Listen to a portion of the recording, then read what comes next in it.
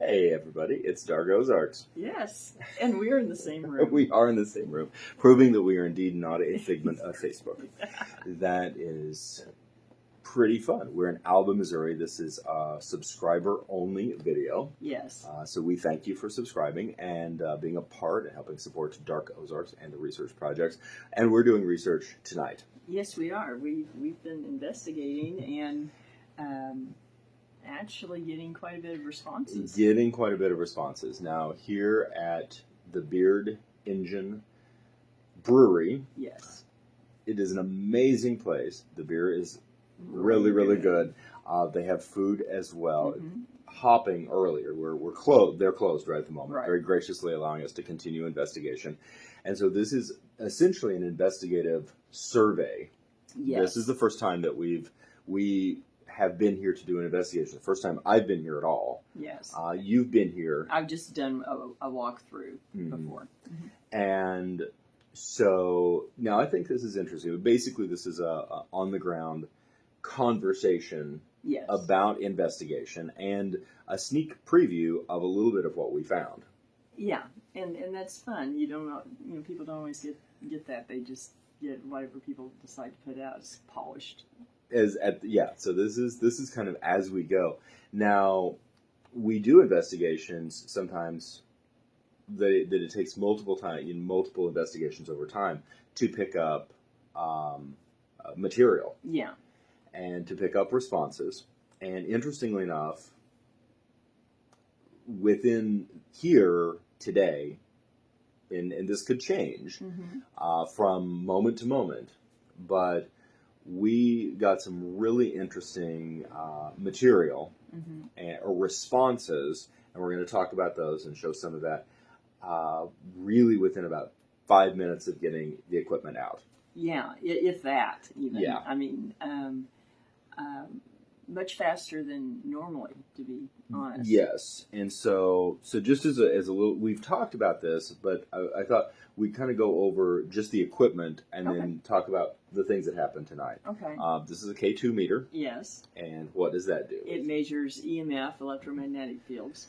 And one of the first things that I did on turning it on was basically go around the room and see if there were any naturally occurring or explainable electromagnetic field spikes. Right. And there are. There's one by the TV for obvious reasons where there's a router. There's a small one by the exercise equipment. There's a small one by the space heater. Perfectly normal. Yes. With electronics, a lot of times you do have that, or with older wiring, things like that. And, as a testament to all the new wiring in here, everything's shielded. Yeah.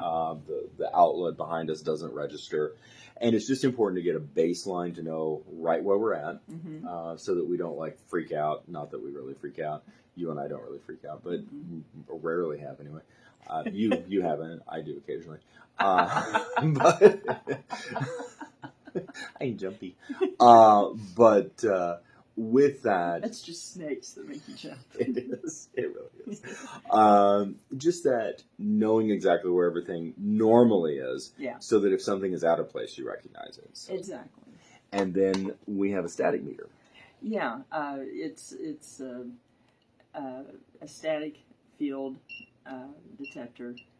So if static electricity passes over it, it lights up, and if it lights up for I think 8 seconds, then actually it has a buzzer on it, and which actually has gone off today for us. Yes, and of course with this, it's important to know that we can, as we move around, can generate static.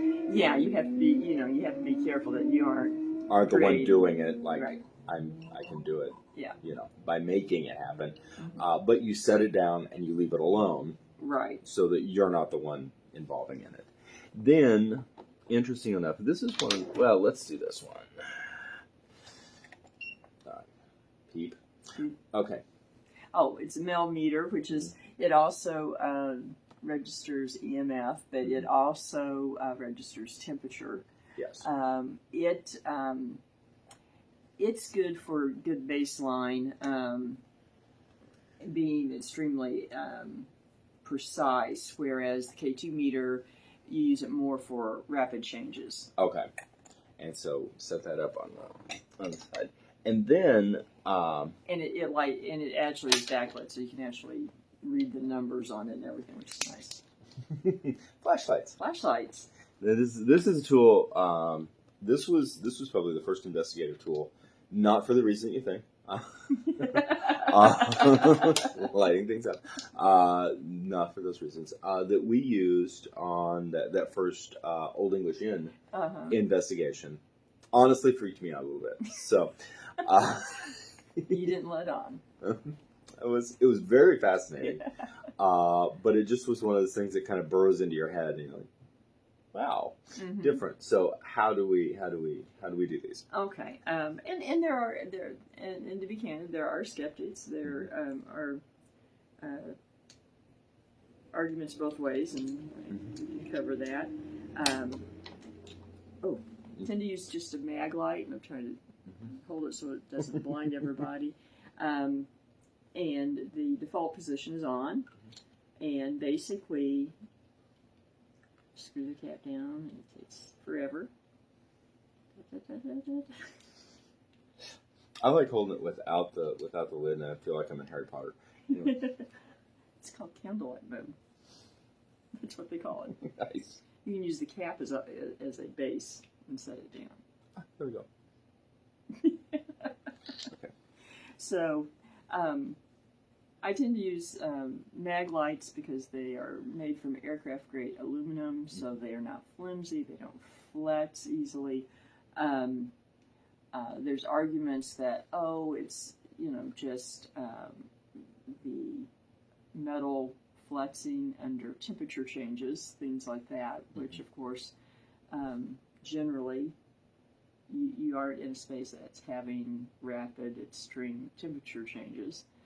But more importantly, engineers will tell you that to get this metal to flex enough to make a light go on and off, you would have an energy exchange releasing about 2,000 degrees of heat. Right. And so we wouldn't be sitting here any longer. And ironically, actually, when you do get a lot of activity with them, they get ice cold instead. Very interesting. So you screw them down until they're just off. Right. And then you put them on the table. Right. And you don't touch them. Right. And the idea is not that something is physically moving to turn it on and off, but that something is tapping into the energy of the battery to break and bridge the battery gap. Right, without actually turning it. Right. And so that process right there, and then you put them down and have and start oftentimes just start having conversations amongst ourselves. Right. About the space, about things, about the history of the location, and see if things that we talk about trigger a response. Exactly. And boy howdy, tonight they did. Yes. They definitely did. You had just gotten things out. Mm-hmm. I passed. You'd set everything out on the table, and then I had just done a cursory review with the K2 meter, and then came back, passed the K2 meter actually between the two chairs. Yes. And this goes off initially. I set that down. The static meter goes off. Yes. Nobody's around it. And we hadn't been walking at the point, so so we wouldn't have created it. And then the flashlight on this side starts rocking back and forth. Yeah, kind of rolling and rocking back and forth, and it went on for at least a good minute. Yeah, and we got that on video. Mm-hmm. And then the flashlight started going off predominantly, I would say better than 80% of the time, in response to our conversation. Mm-hmm. And so... An immediate Very response. Immediate. There was no sense of coaxing. There was no sense of delay or... No. And it's interesting. We put out four flashlights. The red flashlight on your side, the silver flashlight on my side were the only two who were affected. The two black ones, in the middle, were unaffected. And it really just began to develop, and this happens, just a sense of conversation. Mm-hmm. You try to ask yes or no Yeah. questions calmly, and hope that they're intelligent questions.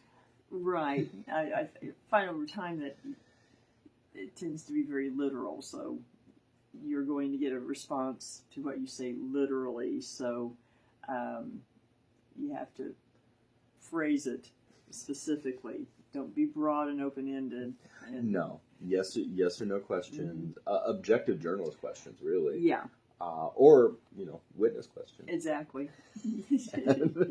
Very, so some similar, direction.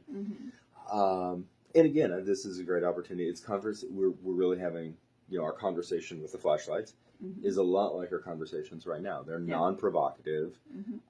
We're in someone's space, and we're just being respectful and appreciative.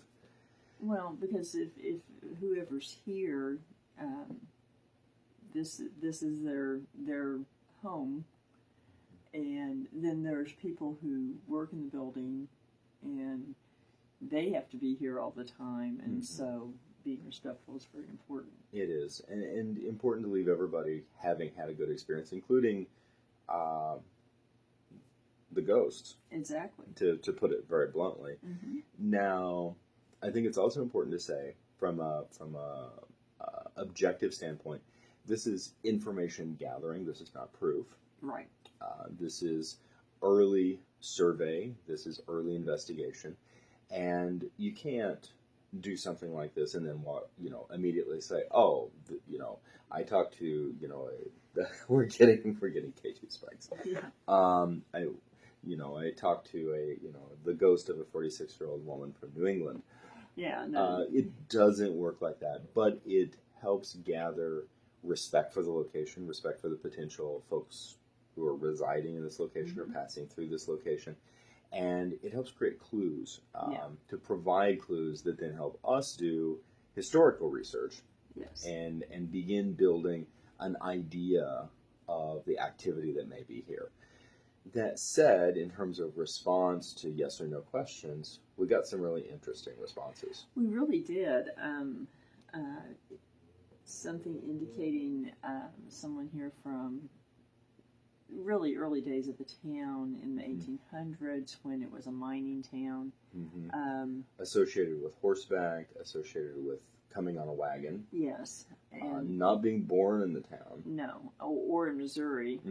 Actually, specifically the East Coast. Yes. And seeing that type of response, again, based on responses as our questioning deepens. Yes.